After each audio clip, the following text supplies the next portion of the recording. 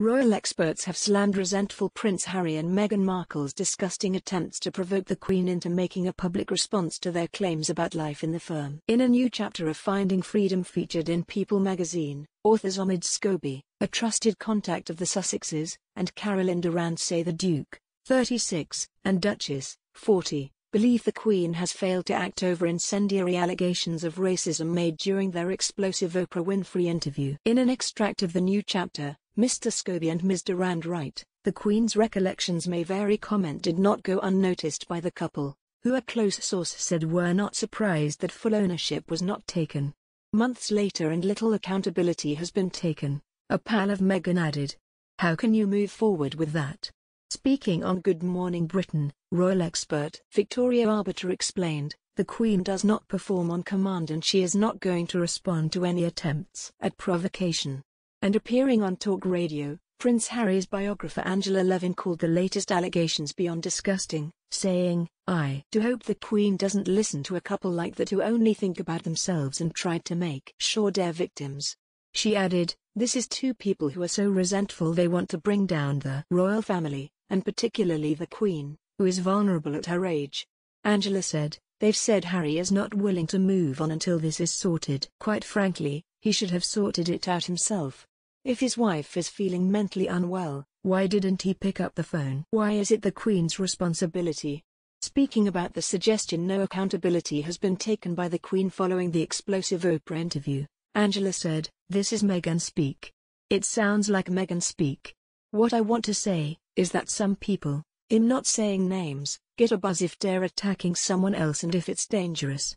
They get a high, their adrenaline goes and they feel they're really powerful and strong. What they are doing now is outrageous." Angela added that Prince Harry has moved on from life in the royal family, saying, "He's written another book, the work is pouring in for him. He managed to say yesterday how he and Meghan were so hurt in all that is going on in this fragile world. He has moved forward, so that's a nonsense as well." Appearing on Good Morning Britain today, Juliet Dunlop said, "Previously Harry and Meghan have avoided any direct criticism of the Queen. But this latest chapter in this unauthorized biography would certainly suggest they are very unhappy with the Queen and her response to the allegations made by the couple." Certainly the source of this unhappiness was the statement the palace issued following their pretty explosive interview with Oprah Winfrey and the wording of one phrase in particular, "Recollections may vary." According to sources close to the couple, they were really disappointed by that. They felt it lacked a degree of accountability and questioned how they could move forward. She is in Scotland at the moment, holidaying in Balmoral. The palace and the Queen highly unlikely to want to comment any further on this.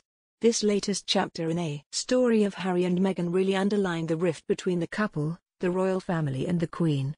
Victoria added, "The Queen told the public, and she did release a statement following the interview with Oprah, that these matters would be dealt with privately. This is a personal, private family matter. She is not going to address whatever is bothering the Sussexes in a public forum." During the Oprah interview, the couple, who live in an £11 million mansion in California, reeled off a string of allegations, including conversations between Harry and a family member about their then unborn son Archie and what color his skin might be, and what that would mean or look like. Meghan also alleged that she was left feeling suicidal after joining the royal family, but did not receive help. The Queen responded with a statement 36 hours after the extraordinary interview, saying she was saddened by the claims but that some recollections may vary. But in an extract of the new chapter, Mr. Scobie and Ms. Durand say the comment did not go down well. Buckingham Palace has not issued any update beyond its initial statement on the matter. They said at the time, "The whole family is saddened to learn the full extent of how challenging the last few years have been for Harry and Meghan. The issues raised, particularly that of race, are concerning. Whilst some recollections may vary, they are taken very seriously and will be addressed by the family privately. Harry, Meghan and Archie will always be much-loved family members." Mr. Scobie also revealed that Harry and Meghan are entering the era of visibility and seem to be existing in a different place. He said the couple, who have been on parenting leave since the birth of their second child Lilibet Diana on June 4, now in the Thrive chapter of their life as they plan to restart more in-person charity work with their Archewell Foundation.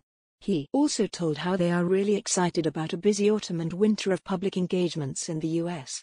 The author's comments come one day after the Sussexes issued an extraordinary statement in response to the Afghanistan crisis, declaring themselves speechless. Mr. Scobie, who wrote the book alongside Carolyn Durand, told People magazine today, "They're a couple who do very well in those moments of human interaction. They need to be on the ground. They say that the proof is in the pudding, and what we are about to see is that pudding." Speaking about how the Sussexes are trying to prioritize their mental health and stay away from some of the toxicity towards them, Mr. Scobie said, "They seem to be existing in a different place, and that place is much healthier." Meghan famously spoke about that it was not enough to survive. "We are now in the Thrive chapter." Mr. Scobie was referring to Meghan's interview with ITV in October 2019, in which she said, "I've said for a long time to H, that's what I call him, it's not enough to just survive something, right? That's not the point of life. You've got to thrive, you've got to feel happy." It was announced last month that Harry and Meghan's heartbreak following Prince Philip's death will feature in a new epilogue to Finding Freedom. The section will also recount Meghan's emotional healing journey from losing a child to the birth of their daughter and detail the couple's move to California, according to publisher HarperCollins. The Duke and Duchess have long denied personally co-operating with Mr. Scobie and Ms. Durand, but the two writers have boasted of having unique access and the participation of those closest to the couple, which is unlikely to have been given without Harry and Meghan's knowledge or permission.